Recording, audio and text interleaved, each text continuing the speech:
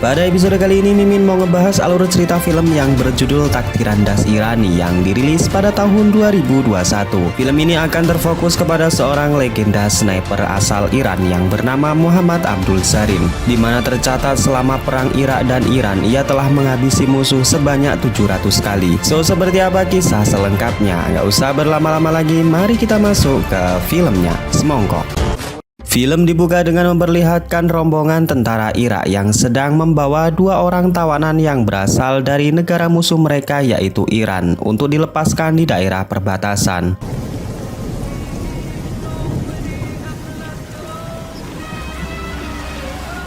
Kedua orang tawanan tersebut bernama Hasan dan Hussein yang terungkap jika mereka adalah saudara kakak beradik. Seorang perwira tentara Irak yang bernama Abdul Qadir memerintahkan untuk melepaskan kedua tawanan tersebut. Namun penjaga perbatasan mengatakan kepada Abdul Qadir bahwa hanya boleh satu tawanan saja yang akan dibebaskan. Mendengar hal itu, Hussein sang kakak merelakan dirinya yang tetap menjadi tawanan supaya adiknya yang bernama Hasan dapat dibebaskan. Meski awalnya sang adik tidak mau meninggalkan kakaknya dan terus berdebat, akhirnya sang adik Hasan menuruti kakaknya untuk pergi. Kendati demikian, saat Hasan hendak pergi ke perbatasan, seorang perwira tentara Irak yang ingkar janji memerintahkan anak buahnya untuk membunuh Hasan tepat sebelum ia menginjakkan kaki di tanah Iran.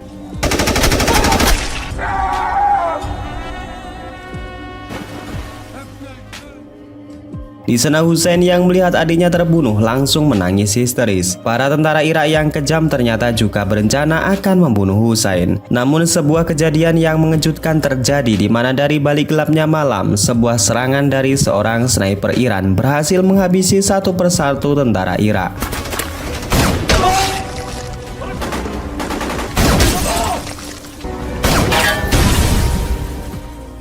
Terungkap serangan tersebut berasal dari seorang sniper Iran yang sangat ditakuti, di mana dia adalah Muhammad Abdul Zarin yang telah lama menjadi buah bibir dan tidak pernah menampakkan wajahnya. Qadir yang mengetahui semua anak buahnya tewas terlihat sangat ketakutan dan mengangkat tangan tanda menyerah kepada Zarin. Dari scene ini kita bisa melihat kelembutan hati Zarin, di mana ia tidak mau melukai atau membunuh musuh yang sudah menyerah. Zarin pun meninggalkan Qadir sementara Hussein dibawa menuju ke markas besar tentara Iran. Di tempat yang berbeda, Qadir mengadu kepada para petingginya jika kejadian di perbatasan kemarin adalah ulah dari Muhammad Zarin, seorang sniper Iran yang diketahui telah membunuh banyak tentara Irak dan memiliki banyak pengalaman di medan pertempuran. Di sana para petinggi tentara Irak yang mendengar kesaksian Qadir terlihat sangat ketar-ketir. Mereka semakin takut jika Zarin akan semakin banyak menghabisi tentara mereka dan membuat mental pasukan Irak semakin menurun. Untuk menghentikan langkah Zarin, para petinggi Irak kemudian memutuskan untuk memanggil Rosid yang menjabat sebagai perwira senior dari satuan pasukan khusus sniper tentara Irak. Rosid juga telah mempersiapkan dua murid andalannya yang akan diperintahkan untuk membunuh Zarin.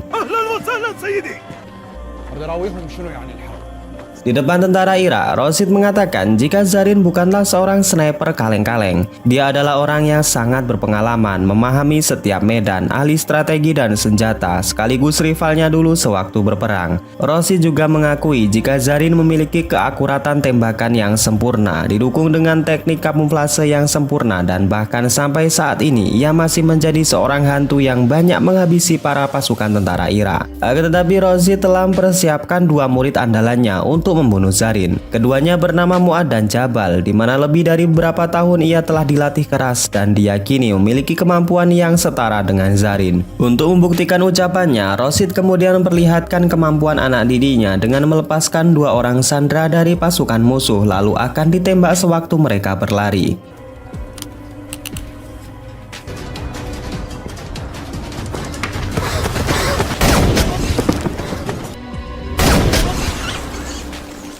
Scene kemudian menunjukkan markas besar pasukan Iran. Kita diperkenalkan dengan komandan pasukan Iran yang bernama Amir Reza. Di dalam markas, Reza mengatakan kepada para bawahannya bahwa saat ini ia tengah khawatir dengan pasukan Irak yang akan melakukan serangan dadakan. Ia juga mendapatkan informasi bahwa Irak telah mengumpulkan banyak tentara di wilayah perbatasan dan menyiapkan sejumlah mortar untuk menyerang markas mereka. Untuk saat ini mereka hanya bisa mempersiapkan diri menunggu serangan tersebut dan bertahan sebisa mungkin karena memang teknologi yang mereka miliki jauh dibandingkan dengan pasukan Irak. Di wilayah musuh rupanya Zarin seorang diri berbekal dengan senjatanya tengah mengamati pergerakan musuh di dekat kamp pasukan Irak. Tak lama berselang Zarin mendapatkan perintah dari Amir Reza untuk kembali ke markas karena ada sesuatu hal yang sangat penting. Sebelum pergi kita akan kembali ditunjukkan kelembutan hati Zarin di mana ia memberikan roti untuk koloni semut tak jauh dari tempatnya bersembunyi. Hal itu mencerminkan bahwa Zarin yang mencintai dan menyayangi sesama makhluk Tuhan. Di markas besar tentara Irak, terlihat Rosid dan Qodir tengah berdiskusi mengenai lokasi yang sering digunakan Zarin untuk mengintai tentara mereka. Sebagai seorang rival sekaligus musuhnya, Rosid tentu sangat paham di titik mana sajakah seorang sniper bersembunyi tanpa diketahui oleh musuhnya. Di waktu yang bersamaan, ternyata Zarin tengah memberikan pelatihan kepada pasukan tentara Iran mengenai cara menjadi seorang sniper yang hebat. Selain harus memperhatikan di mana ia bersembunyi, seorang sniper juga dituntut untuk selalu tahan dalam kondisi apapun, baik panas dan hujan, serta sabar mengintai berdiam diri menunggu musuhnya. Dari kejauhan Husain terlihat tengah memperhatikan apa yang sedang disampaikan oleh Zarin. Di sana Husain meminta Zarin untuk melatihnya menjadi seorang sniper hebat sama seperti dirinya. Melihat semangat yang dimiliki oleh Husain, Zarin pun dengan senang hati menerima pemuda tersebut menjadi salah satu muridnya. Scene kemudian berpindah di perbatasan di mana Rosid membawa dua orang anak didik kepercayaannya untuk menganalisis medan secara langsung. Sebagai seorang sniper berpengalaman, Rosid mampu membayangkan dengan detail kejadian di malam itu di mana Zarin berhasil menghabisi para tentara Irak. Rosid juga meriksa setiap bekas tembakan yang menembus kaca mobil. Di sana Rosid mampu mengetahui dan menganalisis titik di mana Zarin bersembunyi. Ketika hendak kembali ke markas, Rosid meminta Mu'ad dan Jabal untuk mengawasi di daerah perbatasan. Rosid berasumsi jika Zarin sering datang ke tempat ini untuk mengawasi para tentara Irak. Scene kembali ke markas pasukan Iran di mana pada malam hari para tentara bersiap untuk tidur. Seorang sesepuh yang bernama Ismail terlihat tengah memberikan roti sebagai makan malam kepada Husain. Melihat hal tersebut, Zarin melarang Husain untuk makan roti itu. Zarin mengatakan jika ingin menjadi seorang sniper yang hebat, seseorang harus terbiasa berpuasa menahan lapar dan dahaga untuk ketenangan jiwanya. Jika seorang sniper telah mendapatkan ketenangan jiwa, maka ia akan lebih mudah berkonsentrasi membidik musuhnya dalam situasi apapun. Keesokan harinya terlihat Zarin tengah melatih Husain, dimulai dengan latihan fisik yang ketat dan menguras tenaga. Zarin juga mengajari cara berkamuflase layaknya seorang sniper yang sesungguhnya. Zarin tidak kenal ampun dengan muridnya dan tidak segan-segan memarahi Husain karena teknik kamuflasenya yang sangat buruk. Zarin juga membuang botol minuman Husain dan menyuruhnya untuk menahan dahaga karena seorang sniper hebat harus bisa bertahan tanpa minum selama mungkin. Zarin kemudian mengajak Husain untuk mengintai musuh di daerah perbatasan. Sesampainya di sana mereka melihat dua orang tentara Irak yang sedang melakukan sholat. Husain mengatakan jika ini adalah kesempatan emas untuk menghabisi mereka. Namun Zarin tidak akan mau dan tidak akan pernah membunuh musuh dalam keadaan beribadah. Zarin mengatakan jika mereka semua memanglah musuh kita di medan pertempuran sebagai seorang manusia. Namun ketika beribadah yang akan mereka hadapi adalah Tuhan. Tak mungkin rasanya jika seorang hamba yang lemah mampu menghadapi Tuhan yang maha segala-galanya. Mendengar hal itu, Husain pun sekarang paham tentang siapa itu Zarin dan memahami jika musuh sekalipun tetap memiliki hak untuk hidup dan beribadah. Zarin membawa Husain ke lapangan tembak dan menyuruhnya untuk membidik sebuah target. Namun sayangnya semua bidikan Husain meleset dan membuat Zarin sangat marah. Ketika Zarin hendak pergi, Husain berdalih jika senjata yang ia pakai telah usang. Oleh sebab itu, Husain menantang Zarin untuk memakai senjata ini yang dia anggap sudah tidak layak untuk digunakan. Merasa ditantang oleh muridnya, Zarin pun dengan sigap menembak semua target tanpa satu kali pun melesat dari targetnya.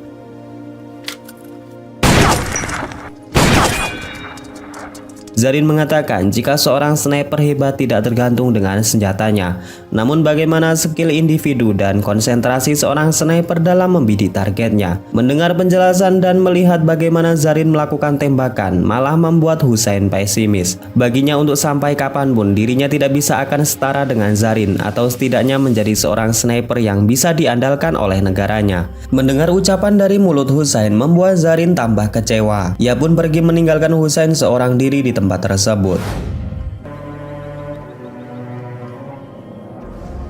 Di malam harinya di markas pasukan Iran, Zarin bertanya kepada Ismail kenapa sampai selarut ini Hussein belum juga kembali. Ismail mengatakan jika tadi Hussein berpamitan untuk pergi ke perbatasan karena ia merindukan adiknya yang tewas di tempat tersebut. Mendengar hal itu, Zarin pun bergegas ke sana karena ia tahu jika di perbatasan adalah tempat yang sangat berbahaya. Seperti yang telah kita tahu, Mu'ad dan Jabal sejak tadi telah berada di perbatasan untuk mengintai kedatangan Zarin. Di sana mereka menemukan Hussein yang sedang menangis meratapi kematian adiknya. Mu'ad yang mengira itu Zarin langsung bergerak dan menodongkan senjatanya dari arah belakang. Namun dalam berselang sebuah tembakan sukses menembus kepala Mu'ad dan membuat suasana menjadi sangat tegang. Untuk kedua kalinya Zarin berhasil menyelamatkan Hussein. Di sana Zarin mengajak Hussein untuk menjebak musuh yang saat ini tengah bersembunyi. Zarin menyuruh Hussein untuk berlari dan menjadi umpan bagi Jabal, sedangkan ia akan menghabisi Jabal setelah mengetahui di mana persembunyiannya. Dan benar saja, Jabal yang melihat Hussein berlari termakan oleh rencana yang telah dibuat oleh Zarin.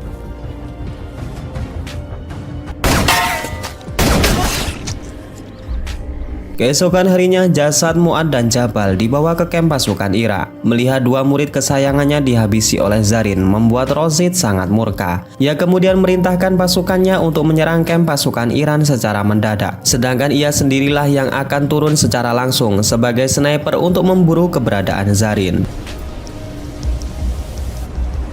Di dalam markas Iran, Hussein terlihat sedang mengantar makanan untuk gurunya. Di sana terlihat Zarin yang tengah memandangi foto keluarganya dengan diiringi tetesan air mata. Zarin mengatakan jika dirinya terpaksa meninggalkan keluarganya karena untuk melindungi negara.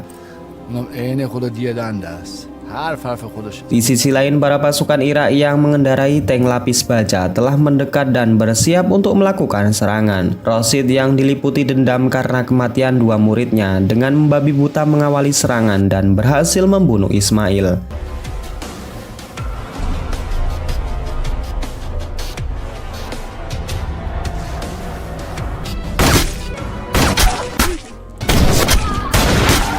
Mendengar kabar adanya serangan dari sniper musuh, Zarin pun bersiap menenteng senjatanya dan bergegas ke medan pertempuran. Kendati demikian, Kapten Reza melarang Zarin untuk pergi ke medan pertempuran karena menurutnya sniper musuh tengah memancing Zarin untuk keluar. Mendengar hal itu, Zarin pun dengan tegas mengatakan jika dirinya tidak takut dengan kematian. Ia sudah mempersiapkan segalanya dan bertawakal kepada Tuhan mengenai nasib dan juga keselamatannya. Salah seorang rekannya yang mendengar ucapan Zarin pun setuju. Menurutnya hanya Zarinlah yang dapat menghentikan sniper tersebut.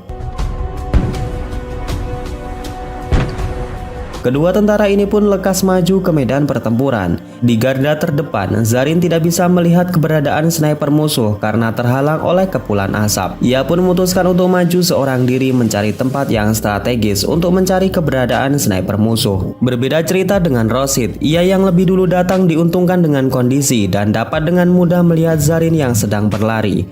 Ia pun memberikan kode kepada Zarin dan menantangnya untuk duel jarak jauh layaknya seorang sniper sejati. Menjawab tantangan musuh, Zarin pun dengan senang hati berpindah posisi dan mencari tempat yang strategis. Ketika sama-sama membidik, Zarin pun teringat dengan masa lalunya di mana kala itu Zarin berhasil membidik Rosid dan membuatnya terpojok. Namun kala itu Zarin tidak membunuh Rosid melainkan menembak jari telunjuknya sebagai peringatan. Dari kejadian itu jugalah Rosid sangat berambisi untuk mengalahkan Zarin dan nampaknya dalam pertempuran kali ini posisi Rosid jauh lebih diuntungkan. Ia berhasil membidik Zarin dan membuatnya tumbang.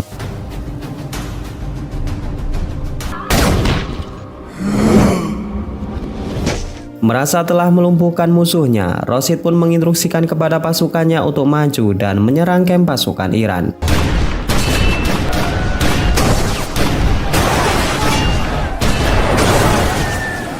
Akibat dari serangan tersebut membuat pasukan Iran kocar-kacir. Hal itu disebabkan oleh amunisi dan senjata yang mereka miliki kalah canggih dengan pasukan Irak.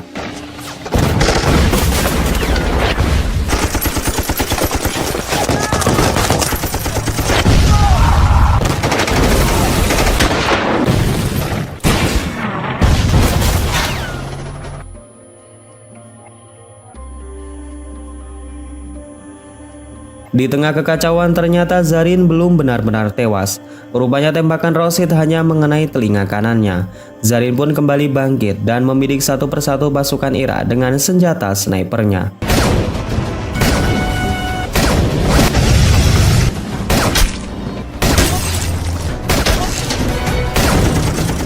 Bangkitnya Zarin membuat situasi berbalik arah. Para pasukan Iran kembali mendapatkan semangat dan meledakkan tank-tank pasukan Irak dengan senjata RPG yang mereka miliki.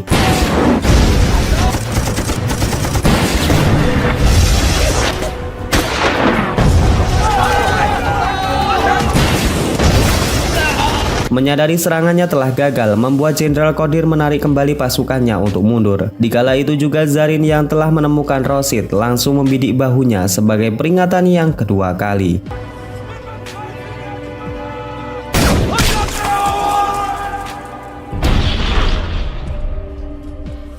Sekembalinya di markas, Kapten Reza dan para pasukan Iran tidak menyangka jika Zarin berhasil selamat. Sementara di kamp pasukan Irak, Rosid dimarahi habis-habisan oleh komandannya dan menuduh bahwa dirinya telah memberikan laporan palsu atas kematian Zarin. Ia juga telah menyebabkan banyak tentara Irak tewas dan mengalami kekalahan yang sangat memalukan. Sang komandan kemudian memberikan hukuman kepada Rosid dan menonaktifkan untuk sementara waktu, serta tugasnya akan diambil oleh sniper lain yang telah mereka siapkan. Sang komandan yang muak karena lagi-lagi Zarin masih hidup kemudian memiliki rencana yang sangat licik. Ia menyuruh Qodir untuk berpura-pura menjadi pengkhianat dan memberikan informasi palsu kepada pasukan Iran. Keesokan harinya di markas Iran, Qodir berpura-pura menjadi pengkhianat dan menemui Amir Reza. Ia mengatakan jika kekalahan kemarin membuat para petinggi Irak sangat marah. Mereka telah menyiapkan senjata dan amunisi yang jauh lebih banyak untuk serangan berikutnya. Qodir mengatakan jika hanya ada satu jalan untuk menghentikan rencana tersebut, Zarin harus pergi ke daerah perbatasan dan diam-diam menghabisi komandan tentara Irak. Pada awalnya Kapten Reza dan para petinggi Iran dapat dengan mudah menebak jika semua ini adalah jebakan. Namun Zarin yang tak takut dengan kematian mengatakan jika mereka akan termakan oleh jebakan yang telah mereka buat sendiri.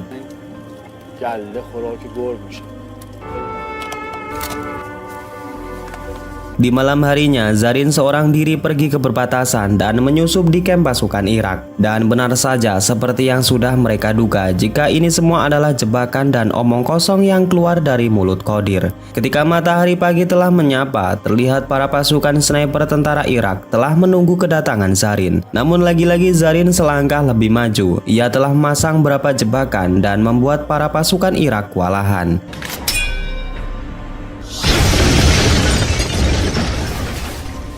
Ternyata Zarin tengah bersembunyi di sebuah gubuk yang berada di pinggir rawa dan bersiap untuk menghabisi satu persatu pasukan Irak.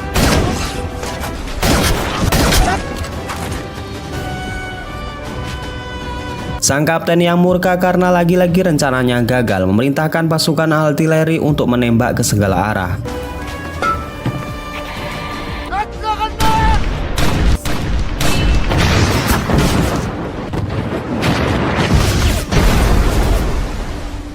Dan sialnya, salah satu sniper Irak berhasil menemukan gubuk di mana Zarin bersembunyi. Ia berhasil melukai Zarin dan menembak di bagian bahunya. Sniper tersebut kemudian mendekati gubuk tersebut dan memastikan apakah Zarin benar-benar telah tewas. Dan pada kenyataannya, Zarin yang dalam kondisi terluka parah masih sanggup untuk menghabisi sniper tersebut.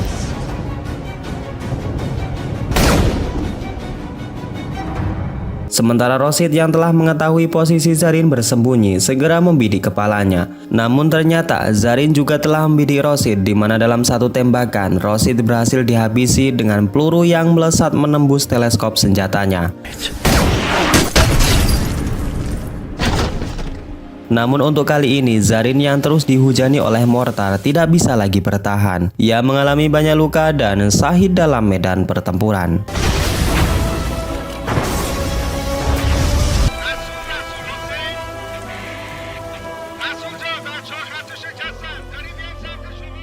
Di akhir cerita terlihat Hussein yang telah menjelma sebagai sniper menggantikan posisi gurunya tengah membidik seorang jenderal Irak di daerah musuh. Melanjutkan misi gurunya, Hussein sukses menghabisi sang jenderal dengan sekali tembakan.